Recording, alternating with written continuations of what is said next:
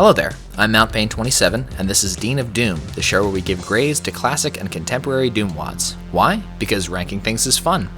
Today's episode will be dedicated to Eviternity, a 2018 megawad designed primarily by Joshua O'Sullivan, known as Dragonfly, using a brand new texture pack called OTEX, which was created by Ola Bjorling, alias Ukiro. Eviternity's release coincided with the 25th anniversary of Doom, and as a result became one of the most noticed and well-received user-created Doom wads of all time outside of the Doom community. Eviternity is divided into 6 5-map chapters, each with a distinctive color palette and architectural signature. Eviternity also introduces 5 new monsters, one of them the final boss, and changes the Arachnotron's projectiles from plasma to fast-moving non-hit-scan bullets. The pistol now has a higher rate of fire, and no longer becomes less accurate the longer you shoot. Oh, and my favorite, lost souls have reduced health, which means you can kill them with one shotgun blast. Beautiful. As a whole, this is one of the most visually impressive and enjoyable wads I've ever played, and I highly encourage everyone watching to download Eviternity and give it a try for themselves. Before we dive in, here's how the show works. We'll give each level in the wad 2 grades, one for quality and one for difficulty. We grade quality from A to F, and difficulty from X to E, X for extreme, E for easy, and A through D in between. A grade A level is fun, memorable, visually distinctive, creative, and a fair challenge. Lower grades mean the level lacks some or all of these qualities. Bear in mind that I'm merely a decent Doom player and a human being, so our definitions of difficulty and great map design will surely differ. After all, disagreeing is part of the fun. Now here are the rules. 1. We play on ultraviolence. 2. Each level is played from a pistol start. 3. In order to review the wad, I must have played it at least twice. 4. Saves are allowed but discouraged. And 5. I go for 100% kills in all levels, making certain exceptions in cases where it's just not worth it. I play on Z-Doom with compatibility settings on strict. Now, to the wad. Map 1, Inauguration. With Inauguration, you know you're in good hands right off the bat with that gorgeous moon-filled sky and the incredible depth of detail in the new textures. Oh, and the pistol's actually a useful weapon now. You'll be using it the entire level, fending off a pretty puny host of imps, pinkies, and zombies. You can grab a secret chain gun by pressing on an odd-colored wall and taking a teleporter, but odds are you won't even need it. Only 3 minutes in, and we're already off to a good start. Grade B+, difficulty E. Map 2, Subterranean. Subterranean takes you through a series of sandy coves and shadowy corridors, introducing one of Eviternity's favorite tricks early, placing specters in really dark environments. In this wad particularly, I have major visibility issues with specters, which I guess is good, even though it does get annoying. The Hell Knight and Cacodemon are introduced here, but not the super shotgun. Sad face. Subterranean tends to get a little claustrophobic, but it's still letting you get acclimated, so it's not hard. Again, the level's very handsome. Keep an eye on the lighting throughout Eviternity. The detail is jaw-dropping. This one gets a B, with the difficulty of D. Map 3, Drain. Small but fierce, Drain immediately counterbalances any hit inflation you may have gotten from whipping the first 2 levels. If you're not careful, you'll find yourself pinned between specters and Hell Knights in a dark hallway or overwhelmed by wandering monsters. The level is quite interconnected, so you're encouraged to be creative with pathfinding, and there are ample escape routes if you get into a jam. Don't miss the super shotgun, which is in a secret that you open by shooting a switch nestled in a rock wall. Yeah, Eviternity's secrets don't mess around. Moral of the story, don't underestimate Drain. Grade B-, difficulty C. Map 4, Regicide. The standout map of Chapter 1 finds you strolling the grounds of a medieval castle. The new textures do wonders for the aesthetic. Regicide's got a moat, a throne, dozens of banners and demonic insignias, and an awesome library. The fights are more intense than ever, special spotlight on that throne room ambush. Level co-designer Jimmy Paddock also provides the music. And let's get this out of the way. Eviternity has the best music of any megawad I've played to date.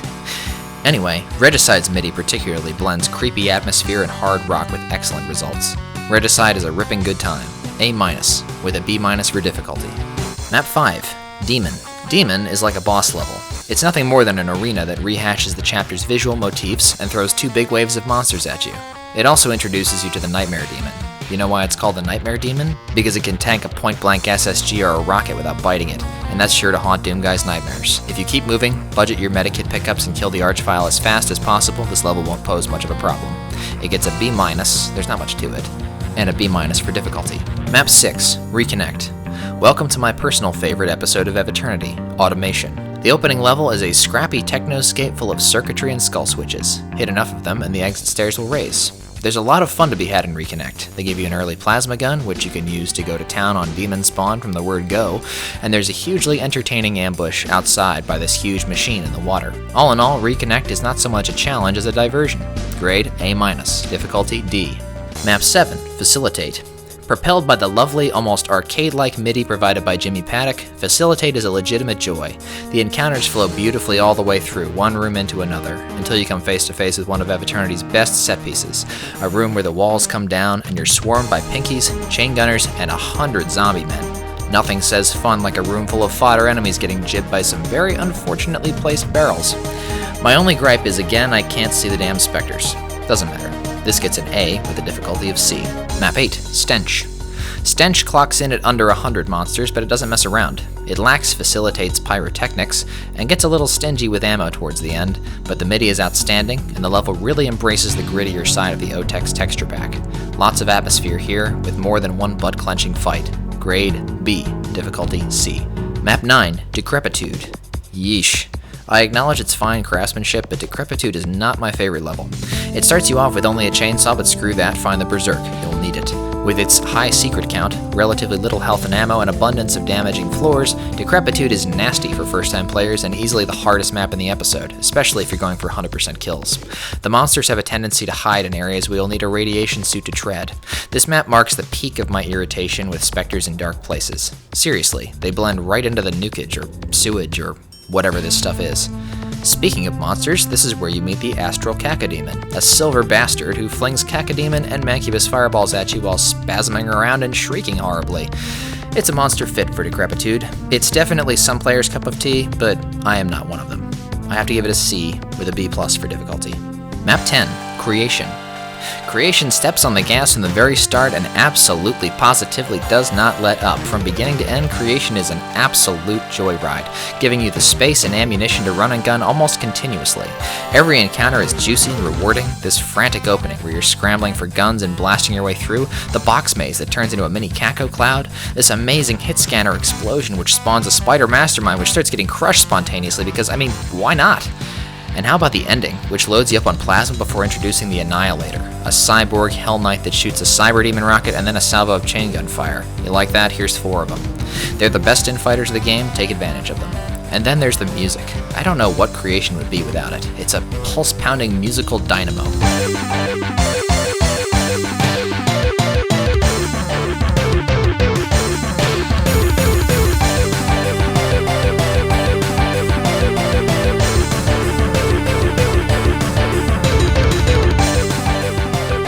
Arguably the best part of the track is the little window of breathing room in the middle, where it gives you the time to regroup and reflect.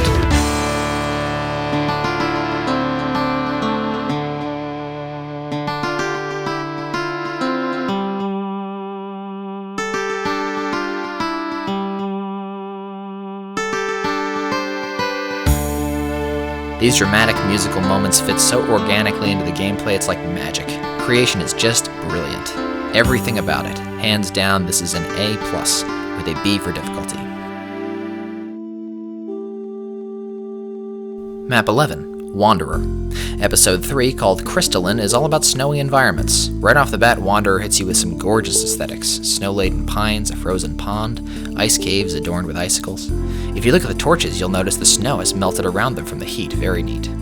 One thing I could do without is the inclusion of ice physics. You'll be sliding around on anything that looks frozen in these next 5 levels. Visuals aside, Wanderer doesn't stand out in any particular way. The combat doesn't push you too hard, except for a very tricky room where you have to fight it out with an archvile and his fan club in close quarters. You're also introduced to the former captain, a teal-garbed zombie that shoots quick salvos of the same projectiles that replace Arachnotron plasma.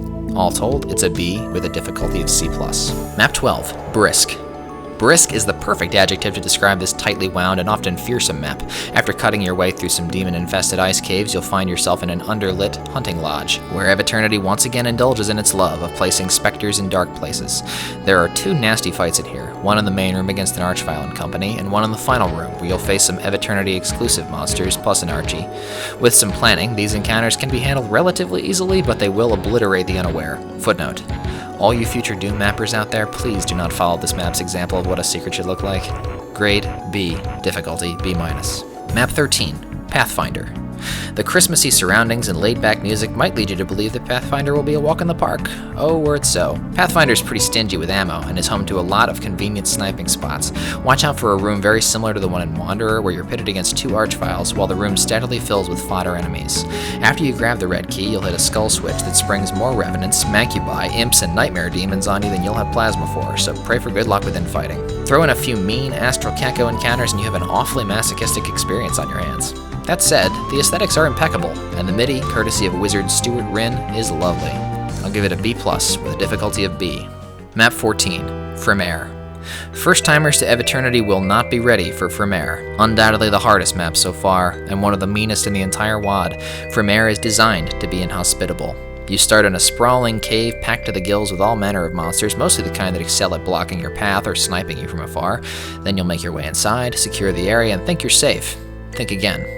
If you want to grab the red key, you'll need to take on a profoundly unpleasant arena, which spawns an obligatory archvile at the end. He loves to either zap you when you're at your weakest or undo all your hard work by raising the dead. There's another arena outside in a stone fortress. That one isn't as stern a test unless you do as I did in this recording and forget to kill all the monsters outside first. The pure volume of projectiles in flight at any given time in this map is truly daunting, and it doesn't let up easily. I might like Frimaire's music if it didn't remind me of my repeated failures to best it. This is the episode's best personification of cold. Grade B. Difficulty A. Map 15, Cryonology, aka Winter Slaughter. Don't let the 400 plus enemies scare you too much. You'll be dealing with 3/4 of them in a single encounter. First off, the sheer scale here is really impressive. Cryonology is massive, but finely detailed. The architecture is grand, ornate, and beautiful. Combat-wise, Cryonology puts all its chips on the yellow key fight, which is an absolute blast. You name it, it's here. Shotgunners, chain gunners, captains, nightmare demons, revenants, annihilators, pain elementals, a cyber demon, and more cacos than you can shake a super shotgun at. Maybe the thing I love most about this map is the music, which is a pleasant sort of electronic lounge jazz fusion. The fact that this is the soundtrack to mass demon murder is just perfect.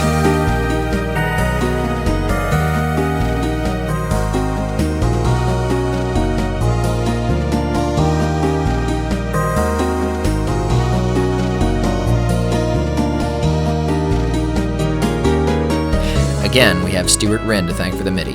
If you want to take the secret exit, shoot this easy-to-miss yellow light in the skull's mouth, get the blue key, and hop into the dark. Cryonology is difficult, surely, but rewarding. Grade A. Difficulty A-. Map 31, Imperator. Everything a secret map ought to have, Imperator's got it. It's visually unlike everything else in the WoD, it offers a sense of exploration and mystery, and it's a healthy challenge with some fun exploits for veterans. Skillsaw, this map's guest author, went hog wild with OTEX, setting the action in a massive demonic fortress surrounded by barren crags and yellow springs. This is just me, but I think of the damaging floors as liquid gold. The combat is all around tremendous as per usual for Skillsaw. The ambushes never completely overwhelm you, and you'll be flush with rockets for most of the map, so you'll never have to scrimp on the big guns.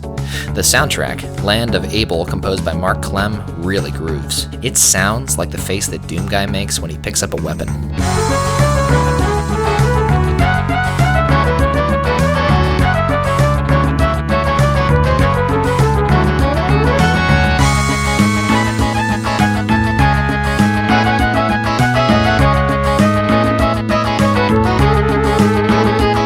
I absolutely love the part where you scoot past the cyber demon and drop into this room full of supplies, only for it to spring a bunch of archviles on you. If only you had a BFG. Well, hit the hidden switch to the right, escape through the teleporter, telefrag the cyber demon, grab the BFG, and you've evaded a likely death. Outstanding. This one gets an A. Difficulty B+. Map 32, Anagnorisis. So I looked up what the title meant. Anagnorisis. A moment in a play when a character makes a critical discovery, or roughly a change from ignorance to knowledge. Well, I experienced some anagnorisis playing this level. I went in thinking I was a good Doom player. Initially, I was going to make this a short review to capitalize on the irony that it took me 2 real-life hours to beat this level, but in the end, I can't justify all that footage going to waste. This map was designed by the creator of Eviternity's custom texture set, Ukiro, and it's an unequivocal masterclass. The hours put into it must be staggering. From a purely technical perspective, this is arguably the most impressive Doom level I've ever played, because it's totally non-linear, and once you start acquiring keys, different parts of the level begin intersecting in unexpected ways, and for a level this size, navigability is a real feat.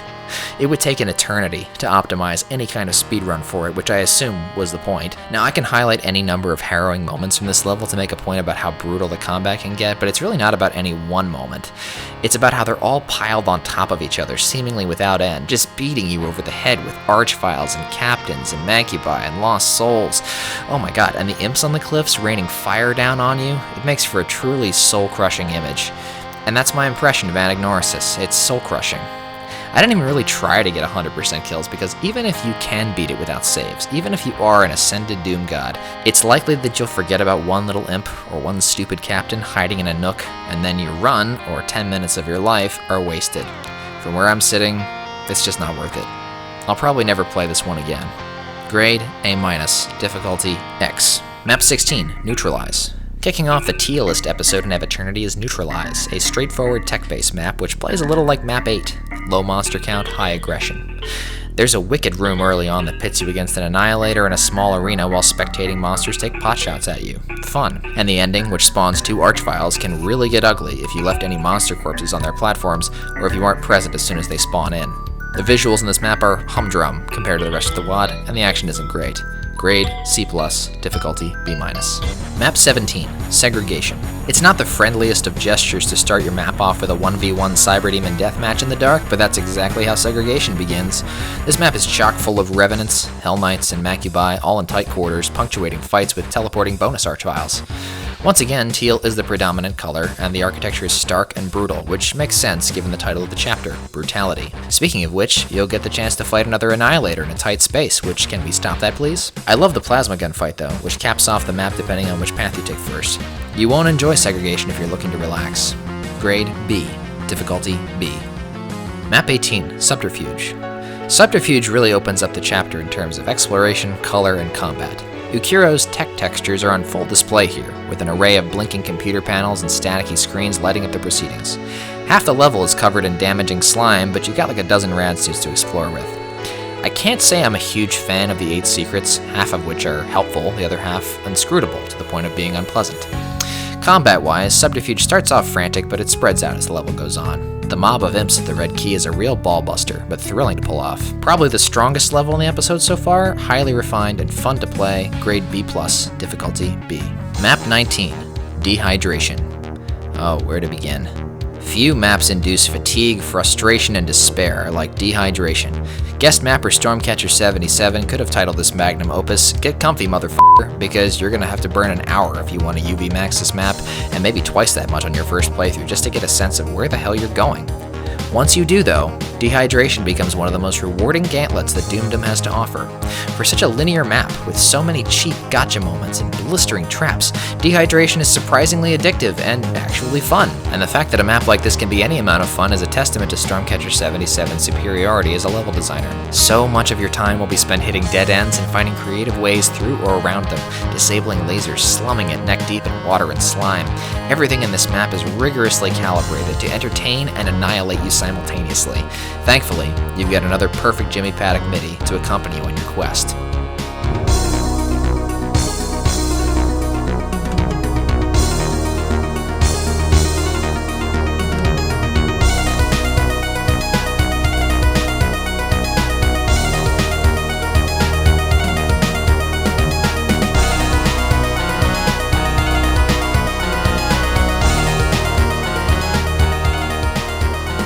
If you can compose a 4-minute song that doesn't get old after hearing it 20 times in a row, you've succeeded. I've called Dehydration the best map I've ever played, and I've also called it the most exasperating, but above all it's an adventure, and probably the single most immersive and impressive level in Doom that I know of. Grade A+, difficulty A+.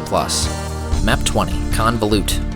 After Dehydration, disappointment is inevitable, but Convolute doesn't really play like a chapter ender. It recycles a lot of Map 18's themes and tactics, especially the slime and the multitude of tricky secrets. It also recycles its own combat settings. Take the hallway where you first fight hit scanners and pinkies, then revenants and mancubi, and then cacos and chain gunners.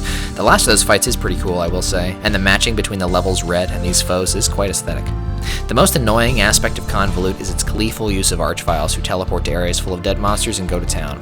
Not fun at all. Also, shout out to the world's most useless Cyberdemon. I think Convolute should have been Map 19.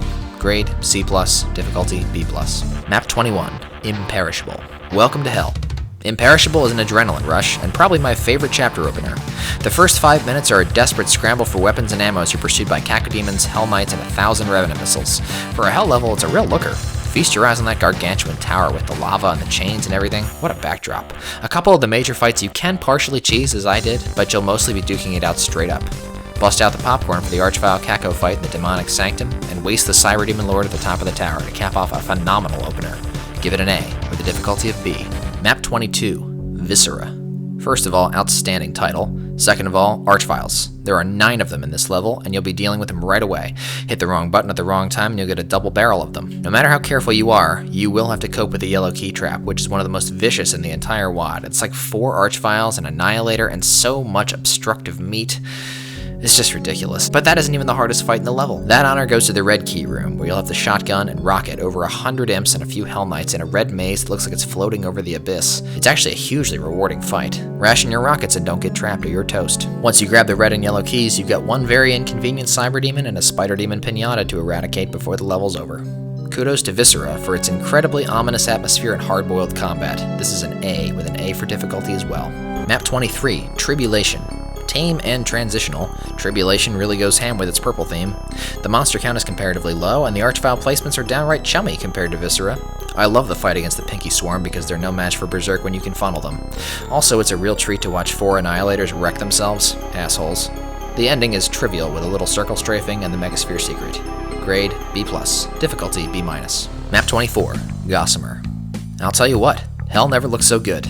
Gossamer is an absolute masterwork, with spectacular visuals and bracing combat. It's soaked in ambiance start to finish. Cages, fire, hanging corpses, walls of human skin, with a massive optional playground of gothic buildings to explore outside. Jimmy Paddock's soundtrack nails the atmosphere that the map is going for, a sick blend of sinister and cool. This track's called Ghost Grinder.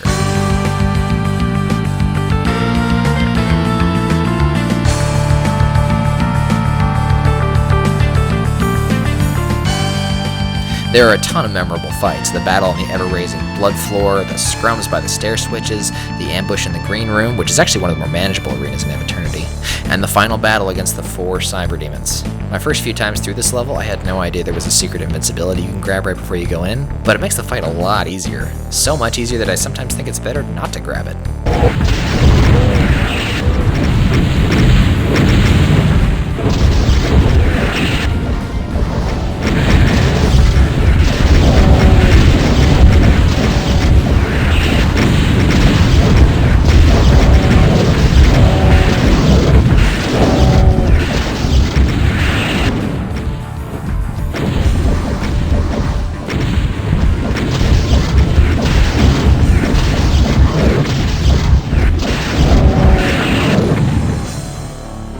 For its technical brilliance and high entertainment value, I gladly give it an A, with an A- for difficulty.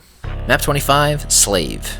I'm really conflicted about Slave, because on one hand, it's lazy to put the player in a ditch, teleport in 250 enemies and call that the last map in the chapter, but it's so painstakingly designed.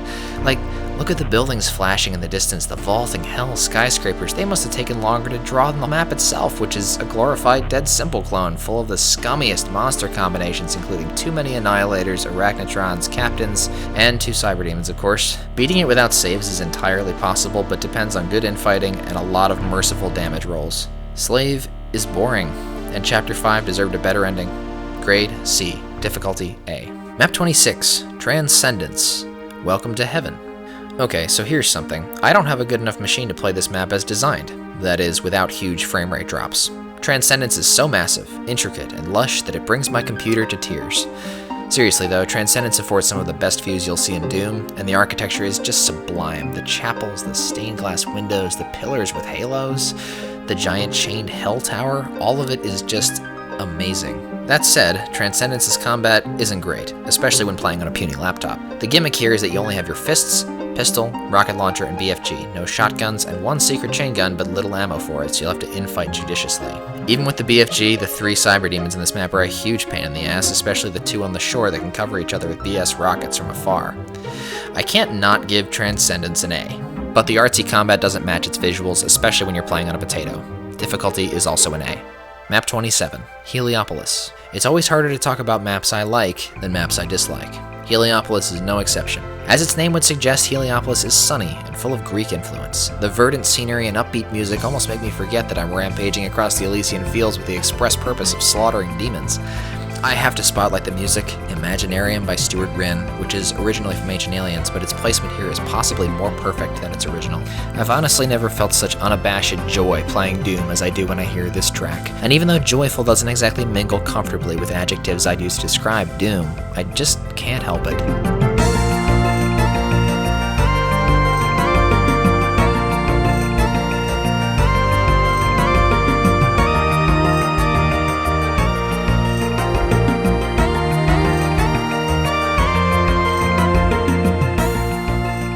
Don't let your guard down in Heliopolis. You'll need to trigger 12 skull switches to exit, many of which unleash hell. Make sure you find the secret BFG to help you trivialize the spider mastermind that spawns when you get all 12. Heliopolis is a standout map, a celestial synergy of spectacle and intensity with outstanding music. A+, with an A- for difficulty. Map 28, Judgment. Essentially an arena version of Map 26, Judgment is kind of lighthearted slaughter, if that makes any sense. The first fight, where you're fending off teleporting demons while trying to nail a perched archvile, is probably the trickiest in the map, as the rest is just a lot of running around watching demons beat the piss out of each other. The bright colors and whimsical MIDI take the meanness out of this one. It's a heck of a lot more fun than Slave. Grade B+, difficulty B+. Map 29, Elysium.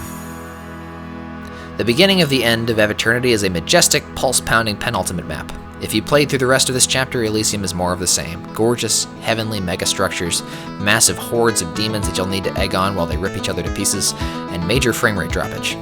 Jimmy Paddock scores this one again with his Godhood Suite, a 43-minute MIDI progressive rock epic which hopefully you won't hear in its entirety while completing this map. There's one fight in Elysium that will always stay with me, and it involves some astral cacodemons.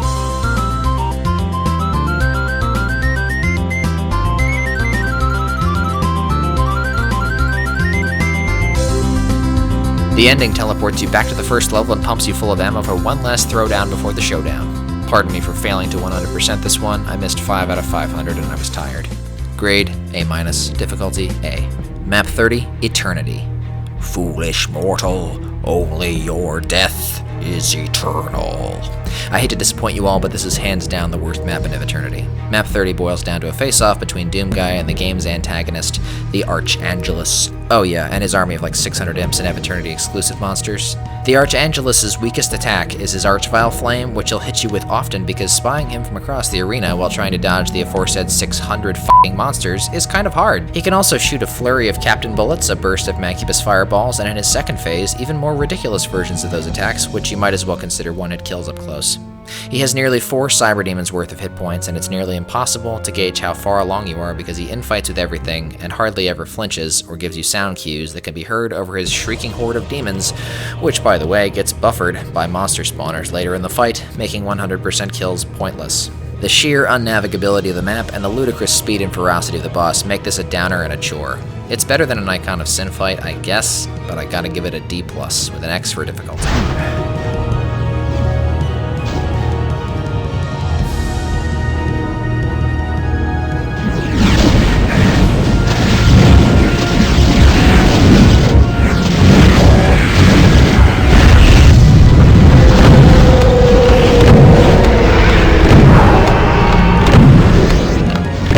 So, Eviternity is a mic-dropping masterpiece. Taken as a whole, it's a huge accomplishment, and full of fun and brilliant maps. It's so good that its off maps probably only seem off because they're in Eviternity. If something like Map 18 showed up in the middle of Memento Mori, you'd say, Jesus Christ, that was the best map in the WAD. Anyway, I absolutely love it. Hats off to Dragonfly, Ukiro, and guest mappers Jimmy Paddock, Afterglow, Ann Mutt, Antarizo31, Atro NX, Stormcatcher77, Macadon, Zazer, Eris Falling, and Skillsaw. This is a bona fide A+, and I'd give it an A- for difficulty. It's considerably tougher than most commercial Doom, but nowhere near as tough as Alien Vendetta or Hell Revealed. So, here's my Dean's list. Valedictorian, Map 19. Salutatorian, Map 10, Class President, Map 32, and the dunce cap goes to, I already said it, Map 30. For this particular level set, it was so impressive I had to include an honor roll, which is pictured here. Thank you very much for watching, and please feel free to share your thoughts on the WAD in the comments. I'd love to hear what you think. This is MountPain27, and I'll see you in the next episode of Dean of Doom.